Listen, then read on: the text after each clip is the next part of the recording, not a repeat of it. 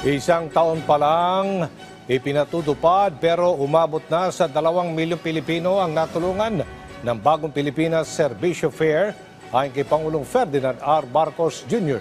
At para mapaigting at mapalawak pa ito, ipinapanukala ang pagbuo ng Phil para rito. Nagbabalik si Alan Francisco sa sentro ng balita. Ipinagdiriwang natin ngayon ang gabi ng pagkakaisa, ang tagumpay ng bagong Pilipinas Serbisyo Fair. Ang BPSF ay naging simbolo ng ating pagbibigay serbisyo sa ating mga kababayan, lalong-lalo na yung mga nasa malalayong lugar ng bansa na kung minsan hindi nararamdaman ang tulong at serbisyo ng pamahalaan. Si Pangulong Ferdinand R. Marcos Jr. ang nanguna sa bagong Pilipinas Serbisyo Fair o BPSF Agency Summit sa PICC kagabi. Layo ng programang ito na tipunin ang mga ahensya ng gobyerno at iba pang kapartner para mapalakas pa ang paghatid ng serbisyo at tulong sa mga Pilipino. Kung maalala, 1 taon na buhat ng simula ng programang ito na naghahatid at naglalapit ng mga tulong at serbisyo sa tao. Ibig sabihin, nagpupunta ang programa sa iba't ibang bayan o probinsya ng bansa, malapit man ito o malayo.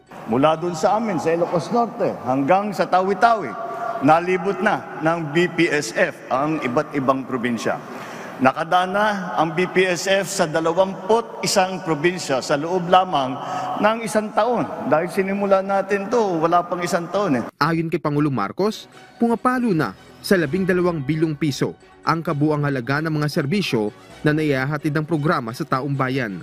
Nakapagbigay tayo ng lagpas 12 bilyong piso na halaga ng serbisyo at halos 5 bilyong piso na tulong na pinansyal sa humigit kumulang 2 milyong benepisyaryo. Nagpasalamat din ng Pangulo sa mga local government units na kapartner ng national government. Hinikayat na rin ng mga LGU na gamitin ang teknolohiya upang mas mailapit sa mga tao ang mga programa ng pamahalaan. Binigyang pagkilala rin ang mga kahangahangang ahensya na katuwang ng BPSF National Secretariat sa paghahatid ng maaasahang serbisyo. I'm very happy that the bagong Pilipinas Serbisyo Fair, a visionary initiative under the leadership of President Ferdinand R. Marcos Jr., is much more than a program. It is a living embodiment of our collective dedication, bringing government services directly to the people, ensuring that no one is left behind, no matter how remote or underserved their community may be. Ayon kay BPSF National Secretariat Lead at House Deputy Secretary General Sofonias Gabonada Jr., sa mga susunod na araw at buwan, marami pang ibang lugar na bibisitahin ng bagong Pilipinas Serbisyo Fair. Sa katunayan, itinutulak nila ang pagbuo ng isang panukalang batas para rito. We are proposing to the Speaker, to the House Speaker, ngayong umagang to, na ibalangkas ang batas Bagong Pilipinas Bill.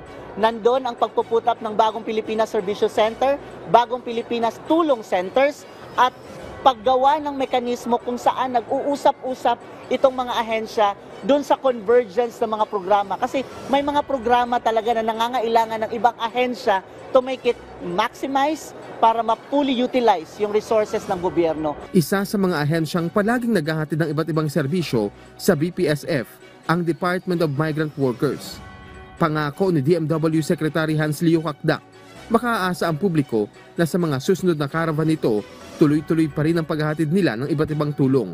Higit kumulang mga 2,000 ang naging benepisyaryo namin over the period of 1 year. Kitang-kita natin na talagang ang vision ni Pangulo na pagbuklurin lahat ng government agencies para literally kami ay lumapit sa taong bayan. Nais si Pangulong Marcos na maging inspirasyon ang programang ito para makatulong sa mas nakararaming Pilipino at kalaunan ay magtagumpay. Alan Francisco para sa Pambansang TV sa Bagong Pilipinas.